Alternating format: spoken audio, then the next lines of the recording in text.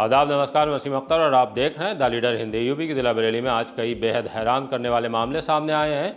फौजी की पत्नी को घर में दिन दहाड़े कत्ल कर दिया गया। सीसीटीवी में एक शख्स छाता लगाकर आते और जाते दिख रहा है।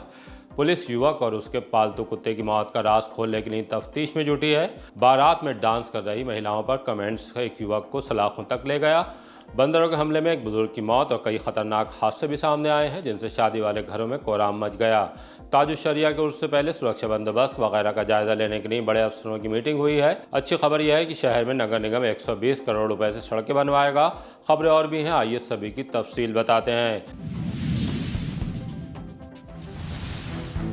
अमन कायम रखने के लिए एडीजी के कड़े निर्देश। उर्स ताजुश शरिया समेत आगामी सभी आयोजनों में कानून व्यवस्था और अमन की बहाली को लेकर एडीजी रमित शर्मा और कमिश्नर भूपेंद्र एस चौधरी ने अफसरों के साथ मौजूद लोगों से डिस्कस किया।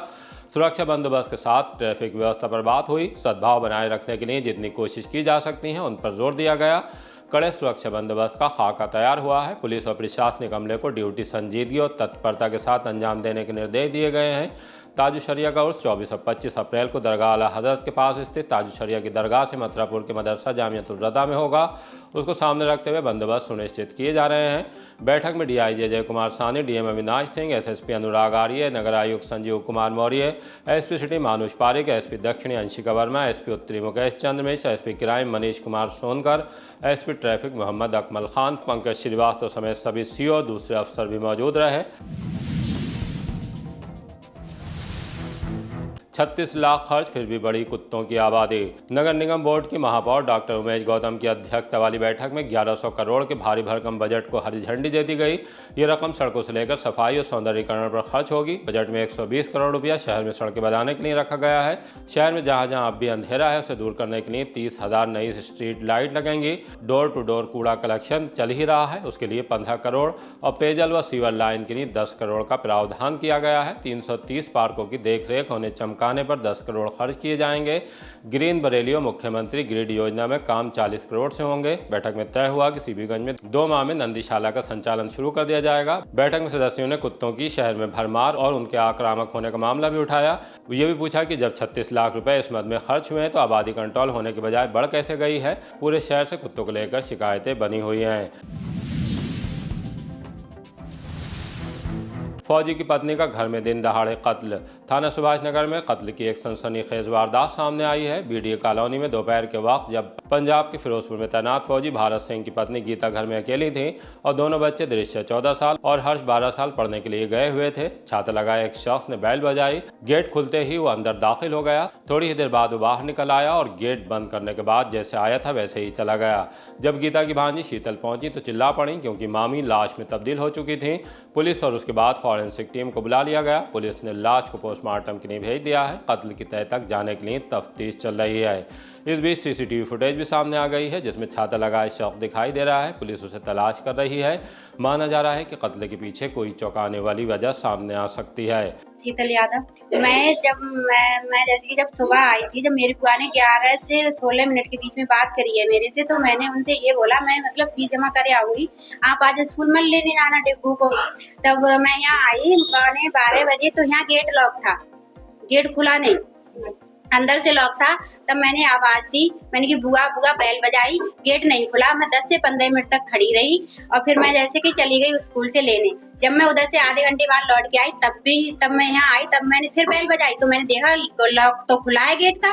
तो फिर मैंने फिर से आवाज दी, कोई नहीं बोला। तब मैंने नीचे से हाथ डाल के कुंडा खोला। फिर क्या मैं यहाँ अंदर इधर से गई तो इधर के लिए पड़ी हुई थी।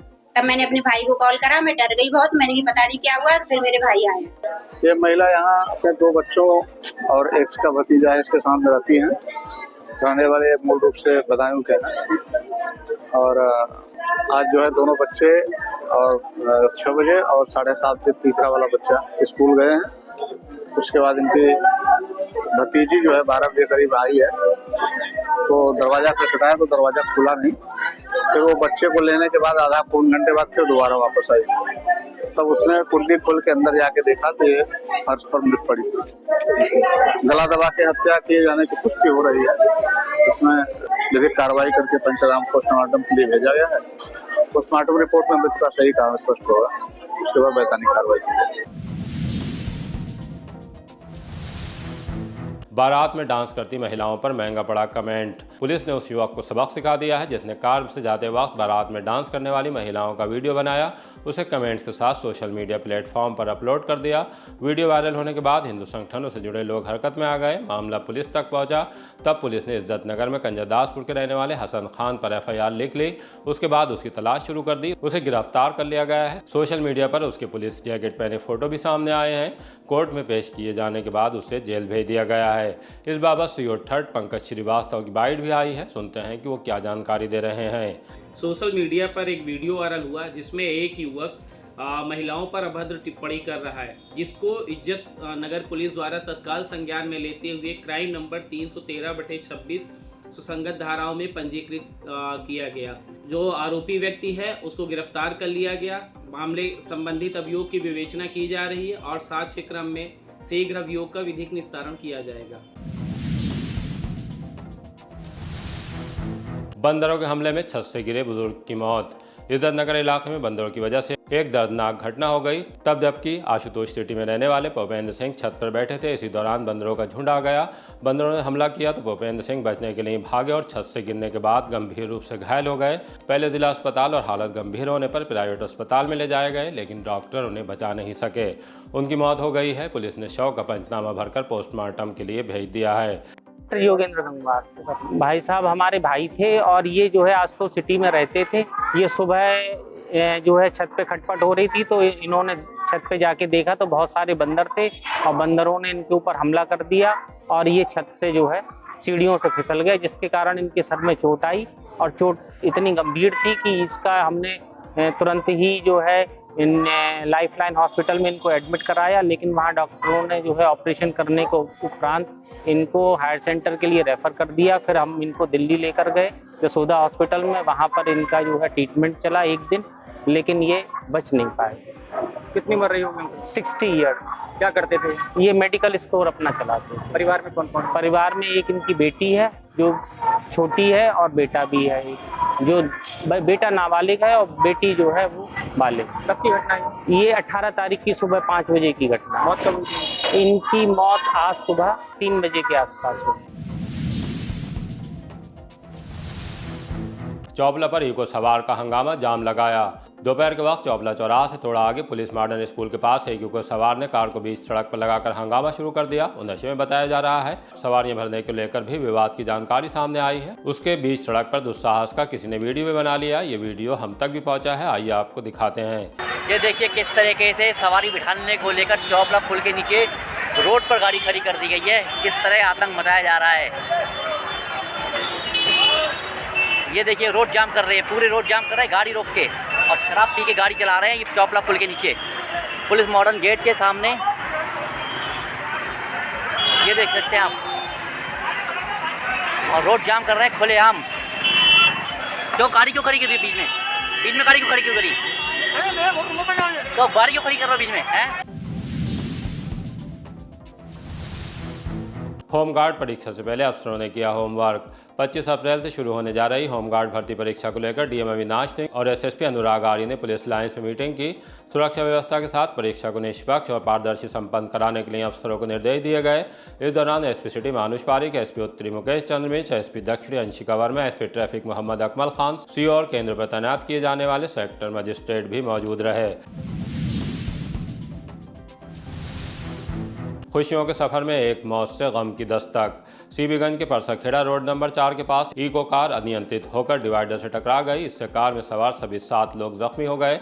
एक्सीडेंट की सूचना पर पुलिस पहुंच गई। घायलों को इको से निकालकर इलाज के लिए भेजा। तब तक हीरालाल की मौत हो चुकी थी। वो बहन के देवर की भबिया गांव में शादी के बाद वापस लौट रहे थे। पुलिस ने शव को पोस्टमार्टम के लिए भेज दिया है। मुकेश। ये कौन थे जिनकी मौत हुई? ये हमारे बहनों ही थे। कहाँ के रहने वाले थे? ये मीरापुर फतेहगंज। ये शादी से लौट रहे थे। कहाँ शादी थी? ये बबिया के पास सिसौरिया पड़ती है। इनकी जो बहन है उनके देवर की थी। भारत तिब्बत सीमा पुलिस है, इससे जो है 2 किलोमीटर आगे बबिया पड़ती है, उसी रोड पे ही।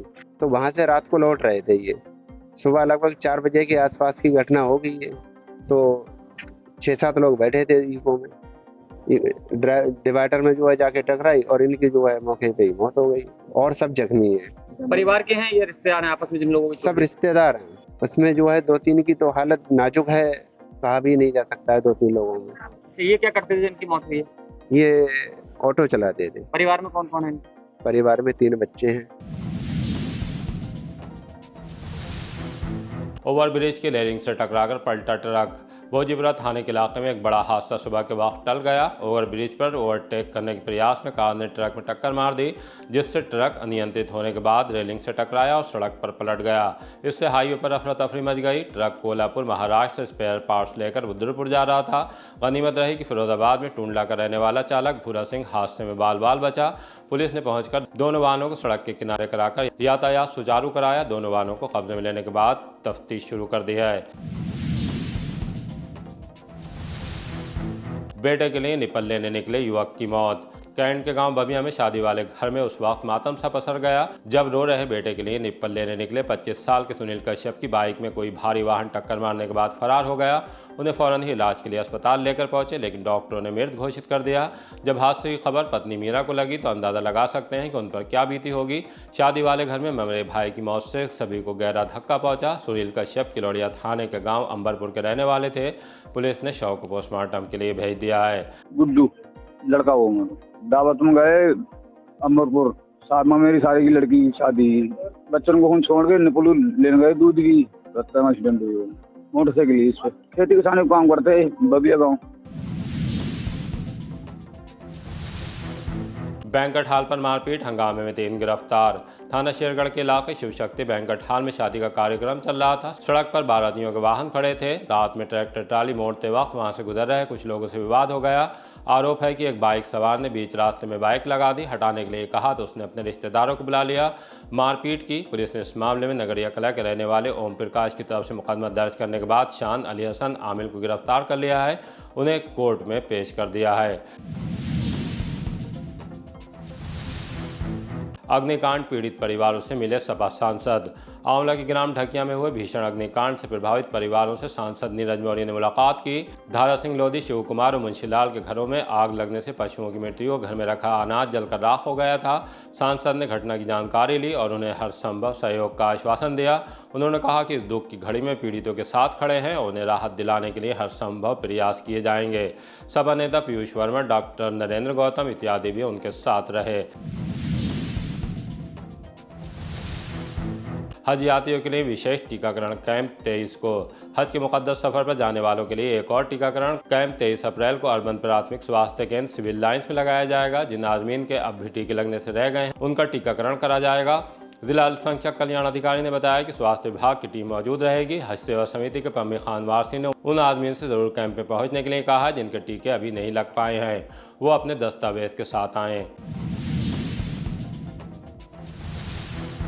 गौकशी में फरार 3 पर 20-20 हज़ार इनाम। एसएसपी अनुराग आर्य ने गुजरे की 29 तारीख को भोजीपुरा के गांव सैदपुर चुन्नीलाल में गौवंशीय पशु का मांस मिलने की घटना को लेकर इनाम घोषित कर दिया है। पुलिस इस मामले में गुड्डी को गिरफ्तार करके जेल भेज चुकी है। उसके 3 बेटे रिजवान, फ़हीम और अजीम फरार चल रहे हैं। इन तीनों पर 20-20 हज़ार रुपये का इनाम रख दिया गया है। उसके बाद पुलिस ने उनकी तलाश तेज कर दी है। रिश्वत में कंप्यूटर ऑपरेटरों को किया गिरफ्तार। भ्रष्टाचार निवारण संगठन की टीम ने शाहजहांपुर में कार्यालय जिला बेसिक शिक्षा अधिकारी में आउटसोर्सिंग से कंप्यूटर ऑपरेटर निश्चय सिंह और अरुण कुमार को 10,000 रुपए की रिश्वत लेते रंगे हाथों पकड़ लिया। दोनों सहायक अध्यापिका चौना बुजुर्ग रेणु शुक्ला से अनुपस्थिति पत्रावली का निस्तारण कराने के नाम पर पैसा मांग रहे थे। तब उन्होंने इसकी शिकायत भ्रष्टाचार निवारण संगठन में की। दोनों को पकड़ने के बाद ट्रैप टीम के प्रभारी इश्तियाक वारसी ने थाना सदर बाजार में मुकदमा दर्ज करा दिया है। पुलिस महकमे में 114 दरोगा इंस्पेक्टर के तबादले। जिले की पुलिस व्यवस्था में बड़ा बदलाव करते हुए एसएसपी अनुराग आर्य ने मंगलवार को एक साथ 114 इंस्पेक्टर और दरोगाओं के तबादले कर दिए हैं। इस बड़े फेरबदल में महकमे में हलचल मच गई। थानों से लेकर चौकियों तक जिम्मेदारियां बदल दी गई हैं और सभी को तत्काल नई तैनाती पर कार्यभार ग्रहण करने के लिए निर्देश दिए गए हैं। एसएसपी ने ऐसा अपराध नियंत्रण और पुलिस कार्यशैली में सुधार लाने की कोशिश के मद्देनजर किया है। मालिक के साथ कुत्ते की कहाँ मिली लाश। थाना इज्जत नगर में एक बेहद हैरान करने वाला मामला सामने आया है। एकता नगर में जब एक बंद घर के दरवाजे को तोड़कर पुलिस अंदर दाखिल हुई तो उसे 2 लाशें मिली, एक 33 साल के युवक और दूसरी उसके पालतू कुत्ते की। इस चौंकाने वाले मामले में आइए आपको ये खास रिपोर्ट दिखाते हैं। बरेली में अपनी तरह का पहला और चौंकाने वाला मामला सामने आया है, जब एक युवक के साथ उसके कुत्ते की लाश भी मिली है। मामला सामने आने के बाद खलबली मच गई है। इज्जत नगर थाने से फोर्स और फिर फॉरेंसिक टीम को भी बुला लिया गया है। इस लड़के के बारे में जानकारी मिली है कि ये घर में अकेले रहते थे। माँ बाप की मृत्यु पहले हो चुकी है, 2 बहनें हैं, एक बहन की शादी हो चुकी है और दूसरी बहन लखनऊ में रहकर ही पढ़ती है। वो घर में अकेले रहते थे और अकेले घर में जब उनका फ़ोन पिक नहीं हुआ है उसके बाद रिश्तेदार हरकत में आए हैं। पुलिस को इत्तला की है और पुलिस ने पहुंचने के बाद घर का दरवाज़ा तोड़ने के बाद उनकी लाश बरामद कर ली है। लेकिन जब पुलिस ने वहां पे उनके साथ उनके गोल्डन लैब्रा प्रजाति के कुत्ते की लाश देखी है तो पुलिस भी चौंक गई है। दोनों लाशों को कब्जे में लेने के बाद पोस्टमार्टम के लिए भेज दिया है। पोस्टमार्टम रिपोर्ट से ये जानने की कोशिश हो रही है कि आखिर इस मौत के पीछे का राज क्या है। फिलहाल युवक के बारे में जानकारी मिली है कि वो फाइनेंशियल क्राइसिस से जूझ रहे थे, किसी यूनिवर्सिटी से जुड़े थे और प्रॉपर्टी डीलिंग के धंधे से भी जुड़े थे। यूपी के जिला बरेली में अपनी तरह का ये पहला मामला क्या है, आइए आपको उनके रिश्तेदारों की जुबानी सुनवाते हैं। धीरज चांदना, मैं एकता नगर। तो मृतक हैं वो आपके मेरा मौसेरा भाई है। ये कहाँ रहते थे? ये डेला पीर सेंट जेवियर्स स्कूल के सामने किराए पर। क्या नाम है? निखिल अरोड़ा। ये अकेले रहते थे कोई और भी साथ? ये अकेले रहते थे, माता पिता का स्वर्गवास हो गया था, 2 बहनें हैं, एक बहन की शादी हो गई लखनऊ, दूसरी बहन वहीं लखनऊ में पढ़ाई कर रही है। ये अभी जॉब ढूंढ रहे थे, इससे पहले ये जॉब करते थे कोको कोला कंपनी में, लेकिन कोरोना समय से पहले। कोरोना में इनकी जॉब चली गई थी, उसके बाद ये प्रॉपर्टी का काम कर रहे थे, सेल परचेज का। हाँ, हमारे यहाँ आता था, नाश्ता पानी हमारे यहाँ करता था और फिर शाम को अपना टिफिन वगैरह बांध रखा था, वहीं खाना पीना खाता था। तो महसूस हुआ कुछ अनहोनी हुई है उसके बाद फिर आप सामने आ गए? जर्नली कॉल करते हैं जैसे, तो कल हमारी बड़ी भाभी ने कॉल करी होगी तो उठा नहीं, उन्होंने सोचा चलो सो रहा होगा, फिर 1 घंटे बाद करी, नहीं। जर्नली ये रिस्पॉन्स कर देता है, पर इतने टाइम से रिस्पॉन्स नहीं करा तो फिर शक के दायरे में चीज आई। 3 साढ़े 3 बजे हम अपनी जॉब से लौटे, तब जाकर हमने इसके घर पर पहुंचे तो गेट खुलवाया, पर गेट बहुत देर तक आवाज देने पे नहीं खोला, तो हमने सीधा थाना इज्जत नगर में रिपोर्ट करा। कल साथ में आए हमारे, तो उन्होंने दरवाजा अपना खुलवाया तो अंदर देखा तो ये मृत पड़े हुए थे। बाथरूम बहुत गंदा हो रखा था, वॉमिट वगैरह कर रखी थी, और एक इनका पेट था, ठीक है, डॉग था, वो उसकी भी बॉडी पड़ी हुई थी। फॉरेंसिक टीम को तो इसमें कुछ संदेह यही हुआ है कि इन्होंने जो होती है लिया है, उसके शायद उन्हें साक्ष्य भी मिले हैं। फॉरेंसिक टीम वो जांच के दायरे में है, पुलिस अभी पूरे जांच कर रही है, इनका फोन वगैरह सब चीजें पुलिस के पास ही है। इसका वो नेचर ही नहीं था कि ये किसी से लड़ाई झगड़ा करे, ये ऐसा वाला नहीं था कि हाँ कि कभी लड़ाई झगड़ा कर रहा है या किसी से, कोई ऐसा नहीं। ये थोड़ा सा ऐसा लग रहा है कि हाँ फाइनेंशियल क्राइसिस में थे, क्योंकि जॉब वॉब नहीं थी और हो ही जाता है बैंक का लोन, वो जनरली सब पर होता है, पर ऐसा कुछ नहीं था कि उसके लिए ये स्टेप उठाया जाए। पर अभी तक तो यही चीज नजर में आ रही है कि शायद फाइनेंशियली थोड़ा प्रॉब्लम में था, इसी वजह से स्टेप उठाया। इसी तरह के ताज़ा अपडेट जानने के लिए देखते रहिए द लीडर हिंदी। विदा लेने से पहले हमारी आपसे गुजारिश है कि हमारी रिपोर्टिंग पसंद आ रही है तो खबरों को शेयर कीजिए और हमारे चैनल को सब्सक्राइब करके हमारा हौसला ज़रूर बढ़ाइए।